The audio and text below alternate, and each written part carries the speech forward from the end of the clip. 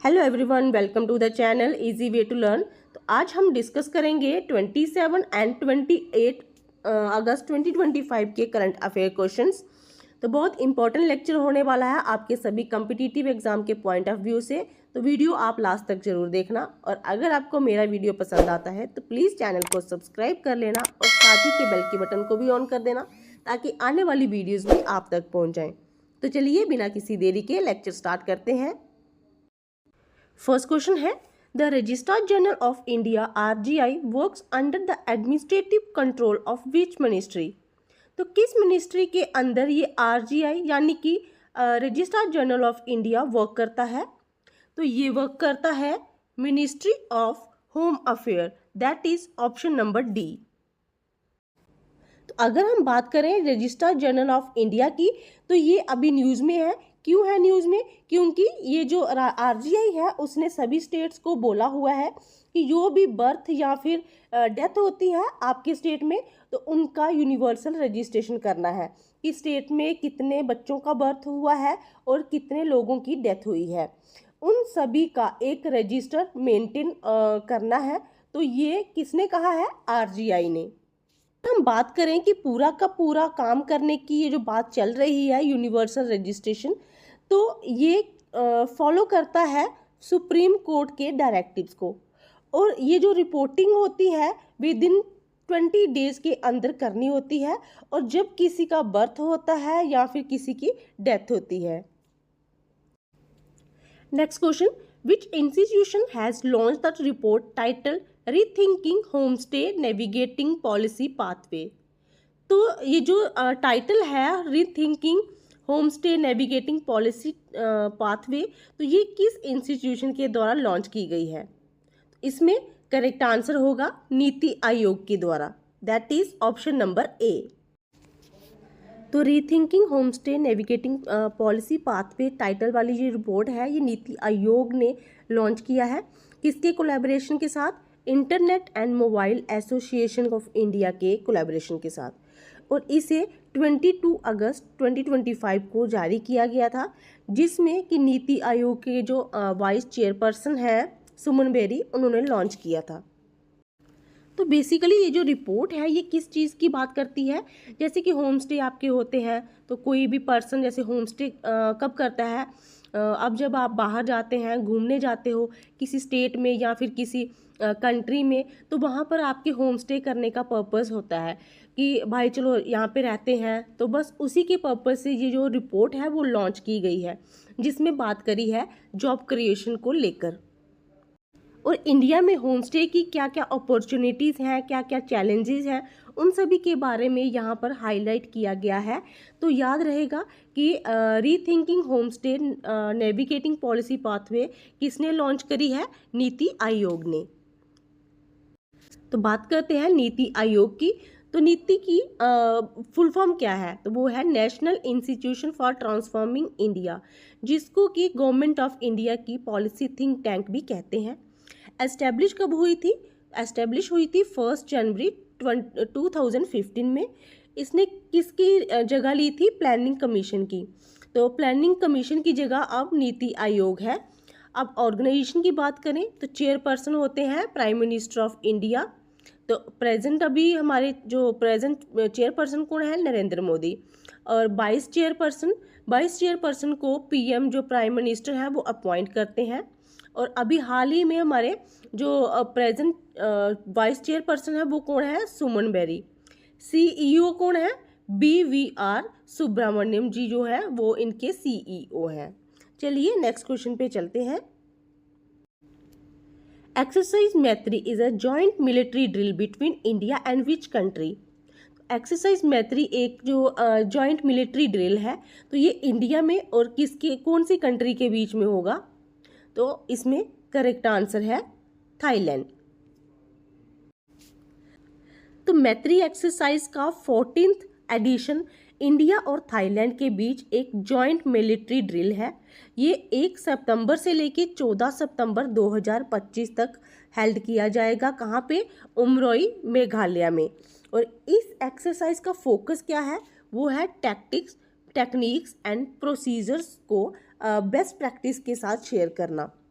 इसका जो last addition हुआ था वो थाईलैंड के तक प्रोविंस में हुआ था, जिसमें भारत की लद्दाख स्काउट्स और थाईलैंड की 14 इन्फेंट्री रेजिमेंट के फर्स्ट बटालियन के 76 दोनों के सोल्जर्स ने हिस्सा लिया था। 76 जो इंडिया के सोल्जर्स थे उन्होंने हिस्सा लिया और 76 ही थाईलैंड के सोल्जर्स ने इसमें हिस्सा लिया था। Which city is the host of Commonwealth Weightlifting Championship 2025 and Asian Aquatics Championship 2025? तो कौन सी सिटी है जो कि कॉमनवेल्थ वेट लिफ्टिंग चैम्पियनशिप 2025 और एशियन एक्वेटिक चैम्पियनशिप 2025 दोनों को होस्ट कर रही है? तो ऑप्शंस आपके सामने है और करेक्ट आंसर होगा अहमदाबाद। तो अहमदाबाद 2025 में 3 मेजर इंटरनेशनल स्पोर्ट्स इवेंट्स की होस्टिंग करेगा। इसमें 24 to 30 अगस्त तक कॉमनवेल्थ वेट लिफ्टिंग चैम्पियनशिप होगी।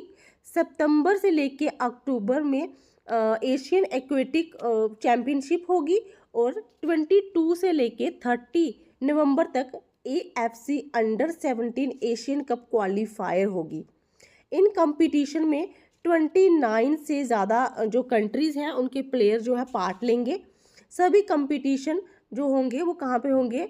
नरनपुरा sports complex and the arena वाइदा ट्रांसेटिया, ये यहाँ पे हेल्ड किए जाएंगे जो भी कंपटीशंस होंगे। नेक्स्ट क्वेश्चन है the Matua community is primarily found in which state? तो मतुआ कम्युनिटी कहाँ पे, कौन सी स्टेट में लोकेटेड है? तो इसमें करेक्ट आंसर होगा वेस्ट बंगाल में। एक सोशल आउटफिट ने बंगाल में हाबरानाथ 24 परगनास में तकरीबन 1000 मतुआ कम्युनिटी मेंबर्स के साथ मिलकर एक मार्च ऑर्गेनाइज किया। जो मार्च ऑर्गेनाइज किया वो 3 किलोमीटर लंबी लाइन का था। और क्यों किया था? क्योंकि उनका दावा है कि SIR से मतुआ के लोगों को नुकसान होगा जो बांग्लादेश से माइग्रेट हुए हैं और डॉक्यूमेंटेशन इशू भी फेस कर रहे हैं। मतुआ कम्युनिटी एक मार्जिनलाइज्ड हिंदू सेक्टर है जिसकी रूट 19th सेंचुरी में भी पाई जाती है। Which country has officially joined the International Big Cat Alliance in अगस्त 2025? तो कौन सी कंट्री है जो ऑफिशियली ज्वाइन कर रही है इंटरनेशनल बिग कैट अलायंस अगस्त 2025 में? तो इसमें करेक्ट आंसर होगा नेपाल। तो नेपाल जो है वो officially international big cat alliance से जुड़ गया है, जो भारत के द्वारा शुरू की गई एक ग्लोबल इनिशिएटिव है जिसका एम है कि 7 प्रजातियों की बड़ी बिल्लियों की रक्षा करना। अब IBCA एक multi country multi agency coalition है जिसमें 90 से ज़्यादा ऐसे देश शामिल हैं जो बड़ी बिल्लियों के कंजर्वेशन में रुचि रखते हैं। इसमें रेंज कंट्री और नॉन रेंज कंट्री दोनों आते हैं। तो नेपाल ने 24 अगस्त 2025 को फ्रेमवर्क एग्रीमेंट पर साइन किया है इस इनिशिएटिव से जुड़ने के लिए। Which domain did India's defense minister is the future of the nation's economy and security? तो कौन सा डोमेन है जिसमें इंडिया के डिफेंस मिनिस्टर ने कहा है कि ये नेशन का फ्यूचर, नेशन की इकोनॉमी और सिक्योरिटी का फ्यूचर है? तो इसमें करेक्ट आंसर होगा स्पेस। स्पेस को उन्होंने इंडिया का, नेशन का इकोनॉमी फ्यूचर बोला है और सिक्योरिटी फ्यूचर बोला है। तो डिफेंस मिनिस्टर राजनाथ सिंह ने कहा है कि स्पेस भारत के फ्यूचर के लिए बहुत इम्पॉर्टेंट है। ये national security, energy, economic growth and humanity progress में स्ट्रैटेजिक रोल निभाता है। ये स्टेटमेंट भारत की स्पेस कैपेबिलिटीज़ को हाइटेंड प्रायोरिटी देने का सिग्नल भी देता है। Which initiative has NHAI launched for the education of toll plaza employees children? तो NHAI यानी कि national highway authority of India, तो उन्होंने टोल प्लाजा में जो काम करते हैं एम्प्लॉयज़, उनके बच्चों की शिक्षा के लिए कौन सा इनिशिएटिव जो है वो लॉन्च किया है? तो ऑप्शन आपके सामने है। करेक्ट आंसर है इसमें प्रोजेक्ट आरोहम। अब प्रोजेक्ट आरोहम जो है वो लॉन्च किया है टोल प्लाजा के एम्प्लॉयज़ के बच्चों के लिए। NHAI ने टोल प्लाजा एम्प्लॉयज़ की बच्चों की एजुकेशन में सहयोग के लिए प्रोजेक्ट आरोहम की शुरुआत की है। तो किसके सपोर्ट से की है? तो उन्होंने NHAI ने वर्टिस इंफ्रास्ट्रक्चर ट्रस्ट के सपोर्ट से ये जो प्रोजेक्ट है वो लॉन्च किया है। अब ये जो प्रोग्राम है ये NHAI चेयरमैन श्री संतोष कुमार यादव के द्वारा शुरू किया गया है। किसकी प्रेजेंस में? डॉक्टर जफर खान जो कि एग्जीक्यूटिव डायरेक्टर है और जॉइंट CEO है वर्टिस इंफ्रास्ट्रक्चर ट्रस्ट के एंड सीनियर NHAI ऑफिशियल।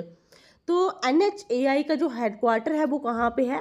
वो है न्यू दिल्ली में। तो आपको याद रखना है प्रोजेक्ट आरोहम जो है वो लॉन्च किया गया है टोल प्लाजा एम्प्लॉयज़ के बच्चों के लिए। Whose statue was recently unveiled by MCA at Wankhede stadium? तो वानखेड़े स्टेडियम जो कि मुंबई में है, तो उस स्टेडियम में किसका स्टैचू जो है वो वहाँ पे लगाया गया है? किनके द्वारा? MCA के द्वारा, यानी कि मुंबई क्रिकेट एसोसिएशन के द्वारा। तो इसमें करेक्ट आंसर होगा सुनील गावस्कर, यानी कि ऑप्शन नंबर A। अब मुंबई क्रिकेट एसोसिएशन ने हाल ही में वानखेड़े स्टेडियम में इंडिया के बैट्समैन सुनील गावस्कर की लाइफ साइज ब्रॉन्ज स्टैचू का अनवेल किया है। ये स्पेशल ट्राइब्यूट जो है वो शरद पवार क्रिकेट म्यूजियम के इनॉग्रेशन के दौरान ही किया गया था। तो याद रखना है किसका स्टैचू लगाया गया है वहाँ पे? सुनील गावस्कर का।